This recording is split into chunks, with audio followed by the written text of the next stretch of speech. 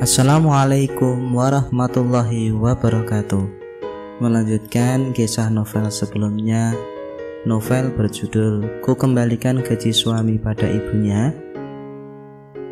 Kali ini memasuki episode ke-22 dengan subjudul ataupun tagline Masuk Klinik Keputusan Ferry.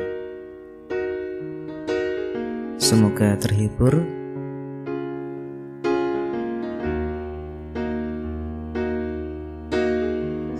Pagi-pagi sekali aku mulai sibuk di dapur, membuat timlo untuk pesanan Bu Ambar, guru honorer yang kini sudah diangkat menjadi PNS. Dia berniat untuk syukuran kecil-kecilan di rumahnya. Jam 10 nanti pesanan akan diambilnya. Mas Ferry sibuk membantu menggoreng tahu isi dan risol. Beruntung hari ini weekend, jadi dia bisa membantuku menyelesaikan pesanan ini. Sementara penghuni yang lain baru bangun beberapa menit lalu, termasuk Ibu dan Mbak Vina. Mereka pergi keluar ngerumpi dengan Bu Asma dan tetangga lainnya. Arina kemana, Bu? Sibuk bikin timlo, tanya seorang ibu terdengar lirih dari dapur. Masa gitu? Buat pesanan Ibu Ambar, sekarang kan diangkat jadi PNS, ucap ibu. Oh iya Bu, Bu Ambar RT sebelah, ucap ibu yang lain entah siapa. Mas Ferry kemana weekend begini Bu? Masih istirahat ya? Enggak lah Bu, dia lagi bantuin Arin goreng-goreng. Entahlah, sudah aku bilang pamali laki-laki main di dapur, tapi gak peduli. Dia tetap bantuin istrinya, ucap ibu terdengar begitu kesal. Wah, bagus itu Bu. Memang harusnya begitu kan? Bantu-bantu istrinya di dapur.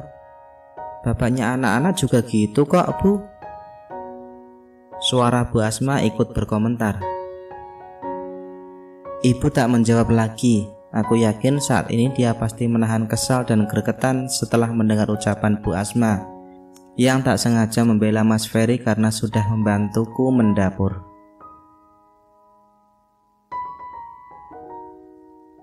Ibu mulai lagi itu, ucap Mas Ferry tiba-tiba. Iya begitu tiap hari Mas, makanya aku minta ngontrak daripada di sini terus, ucapku sembari mengaduk kuah di panci besar. Daripada ngontrak tunggu 3 bulan lagi sayang, uang kontrakan bisa buat beli daster kamu.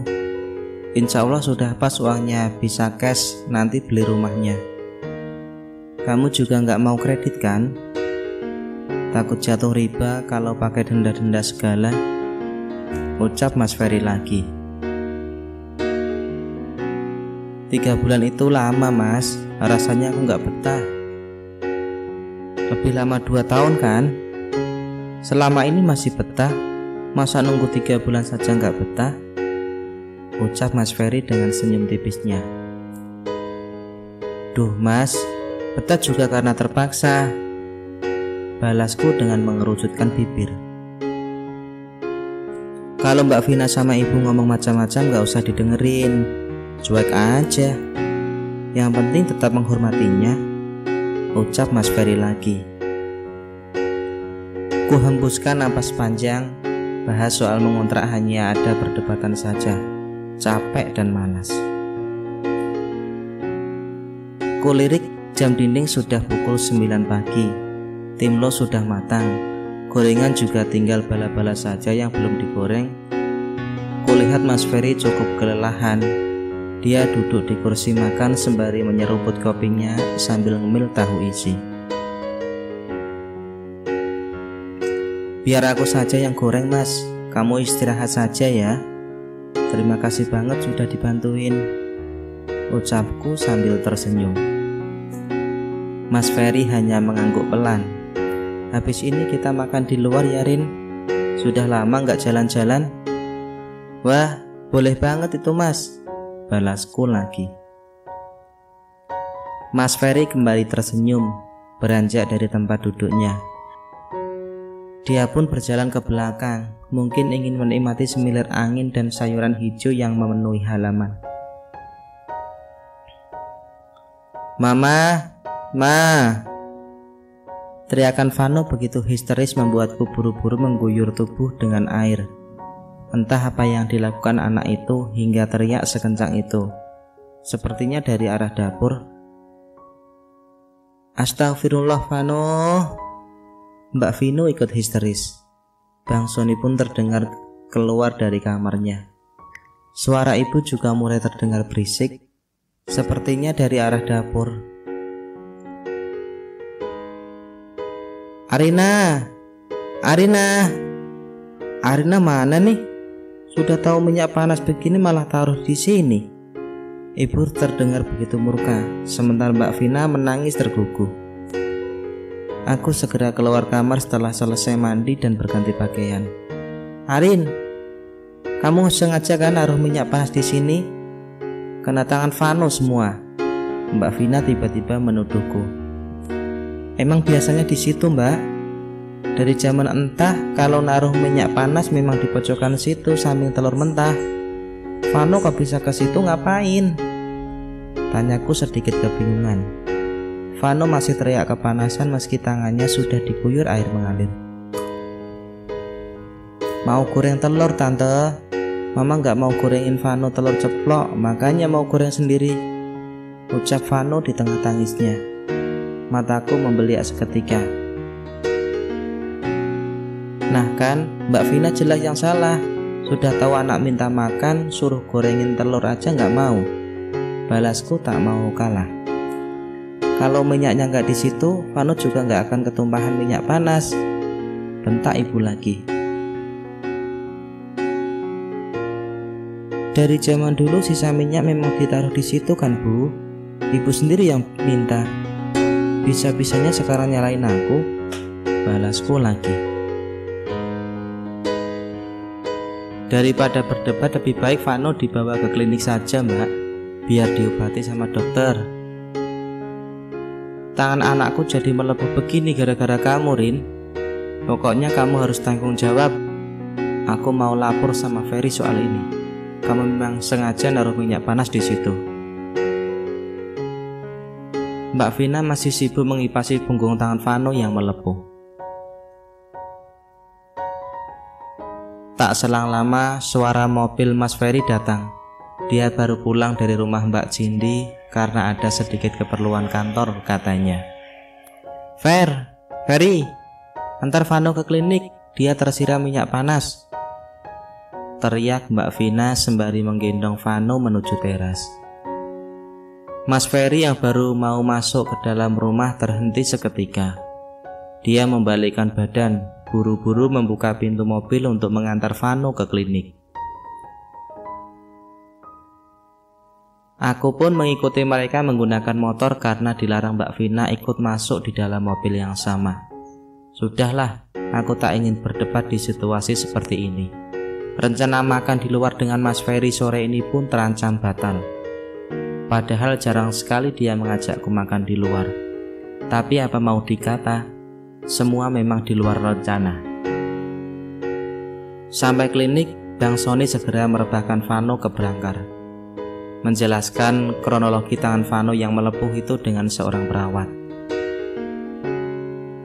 "Kalau anakku kenapa-napa, kamu harus tanggung jawab, Arin.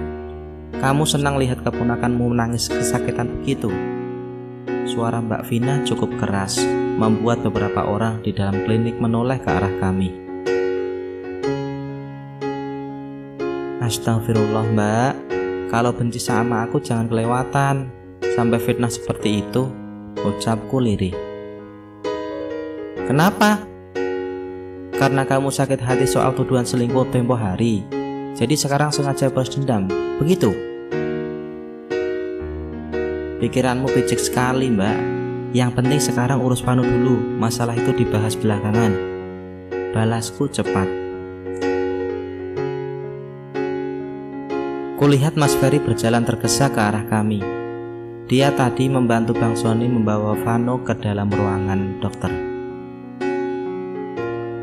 Kamu tenang Vina, nanti ibu pasti mengusir dia dari rumah.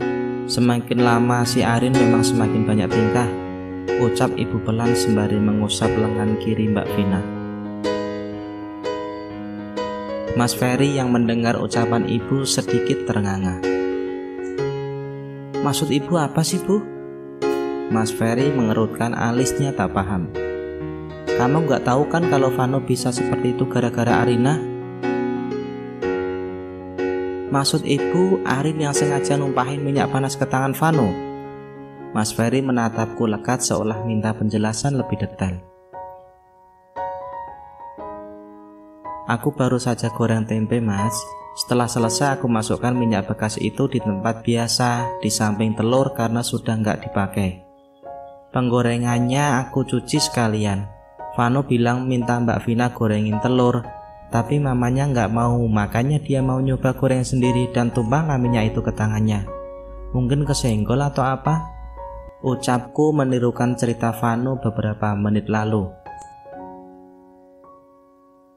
Halah, pinter ngomong istrimu itu Fer. Jelas dia yang naruh sembarangan, kenapa nggak taruh di penggorengan dulu coba? Mungkin biar rapi Bu, penggorengan sekalian dicuci, nanti kalau berantakan ibu juga ngomel lagi, balas Mas Ferry. Makin lama makin gak hormat sama ibu ya Fer. Kamu selalu belain istrimu. Sudah, kamu sama Arin pergi saja sana, ngontrak atau apa. Pusing ibu lama-lama lihat kalian di rumah, ucap ibu ketus. Benar ya Bu, kami ngontrak? Tanya Mas Ferry lagi. Ibu diam saja tak menjawab. Mungkin dia keceplosan bicara atau kini mulai bimbang akan menjawab apa dan bagaimana. Vano gak apa-apa Bu, sudah diobati sama dokter. Dikasih obat dan salep, insya Allah lukanya lekas kering. Harusnya ibu menasihati Mbak Vina, bukan terus-terusan menyalahkan Arina. Mbak Vina ngapain aja di rumah? Masak sama ibu, beberes semua sama Arina. Masa ngurus anak makan saja nggak bisa? Plak! Mbak Vina menampar pipi Mas Ferry kasar. Sejak kapan kamu nggak sopan begini sama kakakmu sendiri, Fer? Menikah dengan Arin bukannya tambah pintar dan perhatian, kamu justru makin kurang ajar.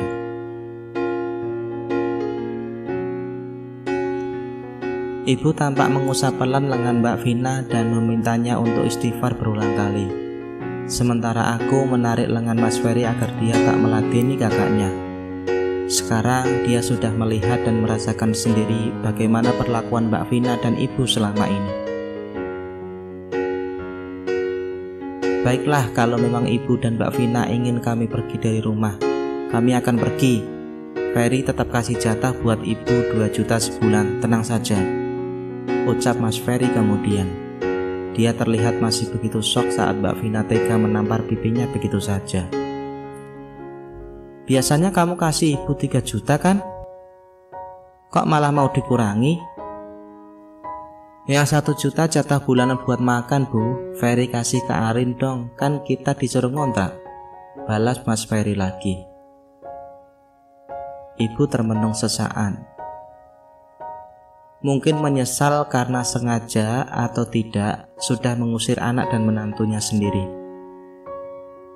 Jangan ngontrak ya, di rumah saja, maafkan ibu. Ibu gak pernah kamu tinggal Ferry. Nanti gimana kalau gak ada kamu di rumah? Rayu ibu dengan wajah memelas. Aku hanya menghembuskan napas panjang. Biasanya Mas Ferry gak pernah menolak permintaan ibunya. Sedari dulu memang begitu. Ku harap kali ini ada keajaiban. Dia sadar tak baik 3 keluarga dan 3 istri berada satu atap yang sama. Maaf Bu, kali ini mungkin memang waktunya Ferry untuk pergi agar bisa lebih mandiri. Ibu di rumah sudah ada Mbak Vina kan? Lagi pula ibu juga gak pernah akur sama Arin. Mungkin jika kami pergi dari rumah, tensi ibu gak sering kambuh. Ibu lebih tenang juga karena gak selalu kesal dengan Arin. Besok Ferry dan Arin mau mencari kontrakan di daerah sini, ucap Mas Ferry kemudian.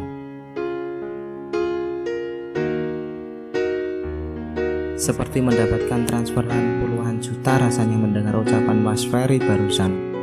Masya Allah, akhirnya dia sadar juga untuk berpisah dengan orang tua dan memilih untuk hidup mandiri berdua saja. Rasanya tak sabar menunggu esok. Semoga aku dan Mas Ferry segera mendapat kontrakan yang seret di hati, supaya bisa cepat pergi dari rumah panas itu. Hidup bahagia tanpa umpatan, omelan, caci dan hina. Ah, betapa bahagianya.